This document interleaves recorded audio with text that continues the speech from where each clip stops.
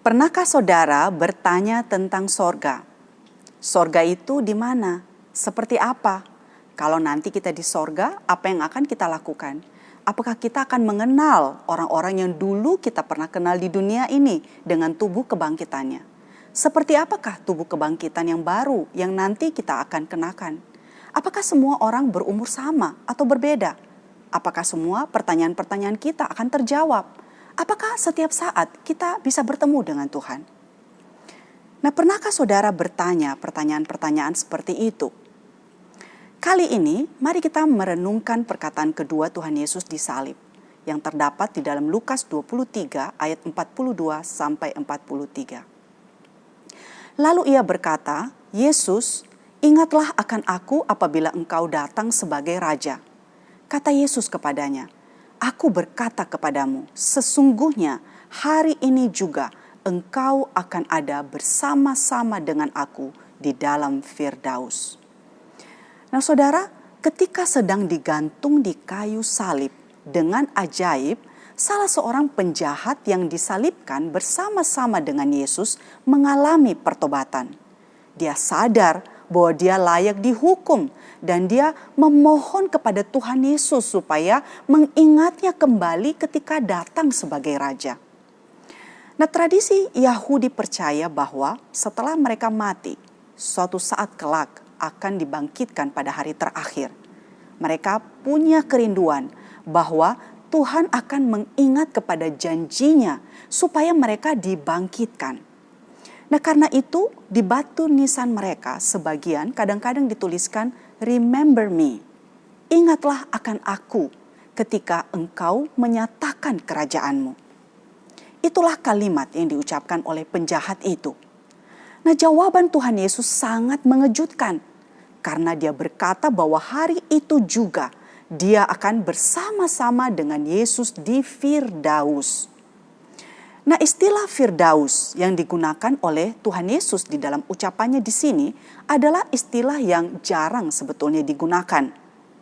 Kata ini hanya muncul 3 kali saja di dalam Perjanjian Baru, yaitu di dalam ayat ini, di dalam 2 Korintus 12 ayat yang keempat, ketika Paulus menceritakan pengalamannya dibawa ke sorga tingkat ketiga, dan terakhir di dalam Wahyu 2 ayat yang ketujuh. Nah, melihat dari konteksnya, Firdaus yang disebutkan oleh Tuhan Yesus di sini adalah sorga, yaitu suatu tempat di mana Allah berada. Tuhan Yesus berkata hari ini, orang yang disalibkan bersama-sama dengan dia akan berada di sorga bersama-sama dengan Tuhan. Nah, saudara, ada begitu banyak pandangan tentang kemanakah seseorang yang sudah percaya pergi setelah kematiannya. Perkataan Tuhan Yesus ini memberikan gambaran kepada kita bahwa setelah kematian orang-orang yang sudah berada di dalam Tuhan, mereka langsung bertemu dengan Tuhan. Nah, terlepas dari pandangan yang mengatakan bahwa Firdaus ini bukanlah tempat final, karena kondisi akhir dari kehidupan orang-orang percaya adalah tempat yang disebut sebagai langit dan bumi yang baru. Tapi kita melihat di sini suatu gambaran kehidupan yang sungguh indah bagi orang-orang yang percaya kepada Allah. Kematian akan membawa orang-orang yang mengenal Allah di dalam kehidupannya untuk bertemu dan bersama-sama dengan Allah selama-lamanya. Nah, seperti apakah kehidupan bersama-sama dengan Allah itu? Di dalam Yesaya 11 diberikan sebagian daripada gambarannya.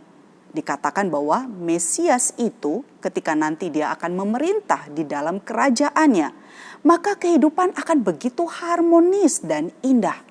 Serigala dan domba akan tinggal bersama-sama. Tidak ada lagi yang akan berbuat jahat atau berlaku busuk. Tidak akan terdengar lagi suara tangisan. Tidak ada lagi yang terlukai atau binasa. Dan bumi penuh dengan pengenalan akan Allah. Indah sekali, bukan? Nah, C.S. Lewis di dalam bukunya Chronicles of Narnia menggambarkan sebagian daripada keindahan itu di suatu tempat yang disebut dengan Narnia. Suatu tempat di mana hal-hal yang baik tidak akan pernah berakhir. Di mana setiap orang mengasihi dan rukun satu dengan yang lain. Setiap orang bisa berenang di air terjun yang sangat indah. Bisa bermain dengan binatang buas tanpa rasa takut. Suatu tempat yang indah di mana dosa tidak ada. Nah, rindukah saudara untuk tinggal di tempat seperti itu? Penjahat yang disalib bersama dengan Yesus itu, di saat-saat terakhir kehidupannya, dia bertobat dan dia mendapatkan belas kasihan dari Allah. Nah saudara, salah satu pengalaman yang menakutkan di dalam hidup kita ini adalah ketika kita ditolak, tidak diinginkan, kita terasing dari yang lain. Apalagi bagi seorang penjahat yang disalib bersama Tuhan Yesus, Markus menyebut dia seorang penyamun. Lukas menyebut dia seorang penjahat. Dan dia sendiri di ayat 41 mengatakan bahwa dia layak dihukum karena itu setimpal dengan perbuatannya. Karena memang dia adalah orang yang sangat jahat selama dia hidup. Nah, kemungkinan besar bagi penjahat yang dihukum dengan sangat memalukan seperti dia, tidak ada yang menginginkan atau mendampingi dia di saat-saat menjelang kematiannya. Bayangkan betapa besarnya anugerah Tuhan kepadanya. Tuhan Yesus berkata, hari ini engkau bersama-sama dengan aku di Firdaus, bersama-sama dengan Allah. Seorang pendosa, seorang kriminal yang tidak diinginkan dan boleh dikatakan seorang sampah masyarakat, tapi diampuni dosa-dosanya. Dan kini dia bersama-sama dengan Allah yang Maha Kudus itu. Bersama-sama selamanya.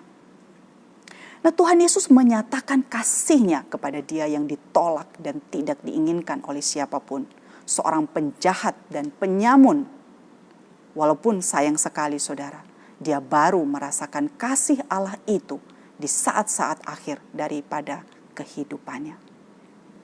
Nah, pertobatan di last minute kehidupan si penjahat ini tentu saja tidak bisa menjadi alasan bagi kita untuk menunda-nunda pertobatan sampai saat-saat terakhir kehidupan kita. Karena kita tidak pernah tahu hari esok dan apa yang akan terjadi di dalam hidup kita. Nah, selain itu di dalam Galatia 6 ayat yang ke-7 dikatakan bahwa Allah tidak akan membiarkan dirinya dipermainkan. Jadi waktu terbaik untuk bertobat dan percaya kepada Tuhan adalah sekarang, saat ini. Nah, Tuhan Yesus disalib, dia menggantikan kita, menggantikan saudara dan saya. Siapapun kita, apapun latar belakang dan masa lalu kita, jika kita percaya dan bertobat, kasih-Nya memberikan pengampunan bagi kita. Dan dia berjanji akan memberikan hidup kekal bersama-sama dengan dia selama-lamanya. Nah, di dalam minggu-minggu Prapaskah ini, mari kita memupuk kerinduan kita untuk menunggu dan bertemu suatu hari kelak bersama dengan Tuhan kita, bersama Dia, di mana tidak ada lagi penderitaan dan air mata. Bersama Dia merasakan sukacita selamanya. Amin.